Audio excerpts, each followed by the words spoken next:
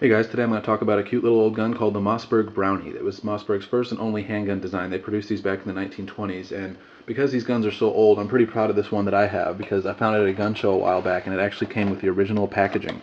And you know, these older guns like this, it's real tough to find the original boxes most of the time, just because they're so old and the boxes deteriorate or whatever. So I'm pretty excited about this one, and pay a little bit extra for it, you know, for the collector value of having the box and everything, but overall I think it's still a good buy. And the gun itself is cool too, so thought y'all would appreciate hearing about it. In the box, you got a little package of, I guess it's gun oil or gun lube or something like that. I haven't really looked into it too much, but it's probably too old to use anyway. And then also, of course, you have the Brownie itself. It's a cute little gun. It's a 4-barrel derringer, chambered in 22 long rifle, 22 short, 22 long. It's kind of an obscure caliber that it can also shoot. They were produced from 1919 to 1932. About 33,000 were made, which might sound like a lot, but there aren't really a lot out there today, just because these were mostly marketed towards outdoorsmen, trappers, and things like that, as a small little gun they could carry out and dispatch animals with. You know, if you're out trapping or something and you come across a beaver caught in your trap, you could put it around the back of its head and go on your way or whatever. So they weren't the type really to take care of their guns, so a lot of these just sort of rotted away. They're real tough to find in decent condition. This one is in pretty good shape in my opinion. It's got a real smooth finish, a nice patina on it, original grips. These are the only kind of grips that were ever offered on these. I see a lot of them with aftermarket or homemade grips or whatever, but they're all just, they should all be walnut with this sort of rib texture on it. But so yeah, it was based on another design from the early 1900s called the Shattuck Unique.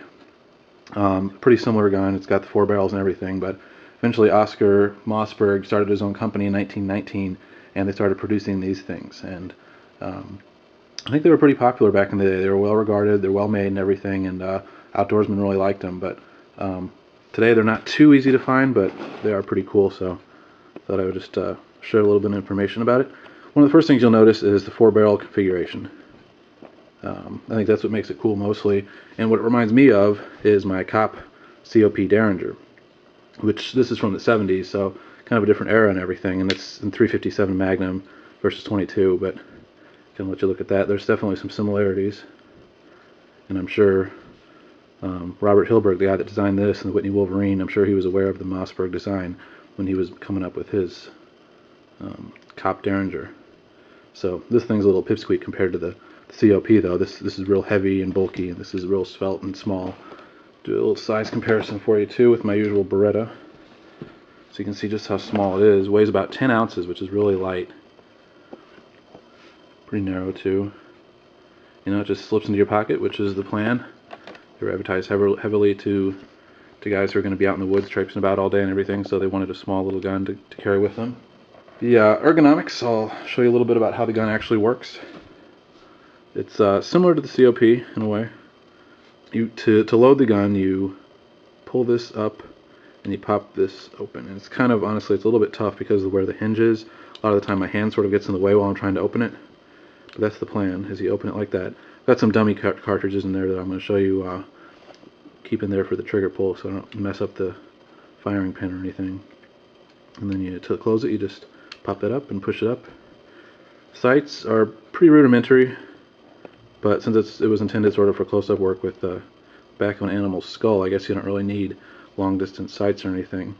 They also came with this little extractor rod, which is a feature you don't usually find in them because they've just been lost over the years or whatever, but this one came with one.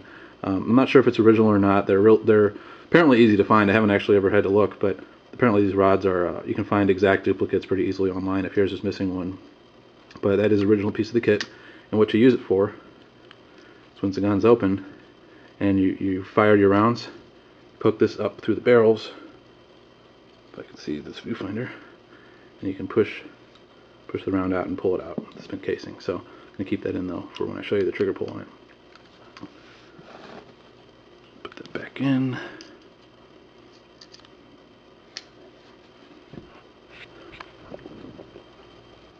So as far as ergonomics go, it's actually, in my opinion, pretty ergonomic.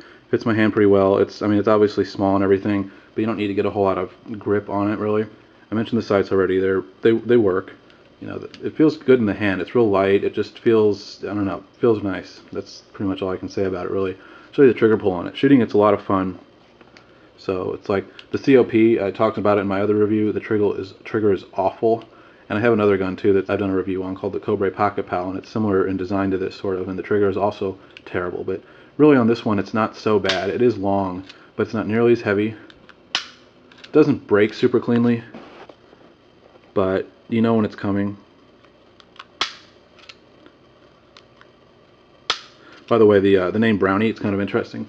Apparently it's named after this little character that was created in the late 1900s, and it was really popular. It was real similar to sort of the Smurfs nowadays.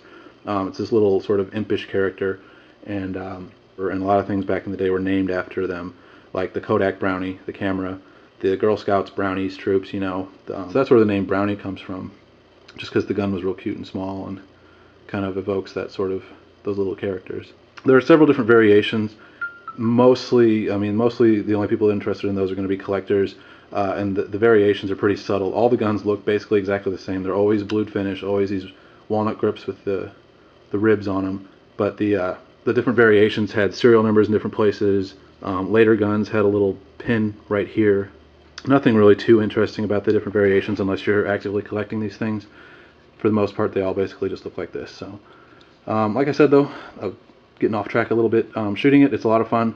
Because it's so small and light, it has a decent amount of sort of thrust to it when you shoot it. It kind of has a nice solid recoil that you don't usually get out of 22s, which I kind of like it, to be honest. It's reasonably accurate for what it is, for a 4-barrel little old derringer with a 2.5-inch barrel. I have no problems hitting stuff from, you know, 5, 6, 7, 10 yards, whatever. Not real long ranges, of course, but it's fun to shoot for that reason. Definitely never ever want to shoot high velocity ammo out of these. I personally only use subsonic just to be on the safe side.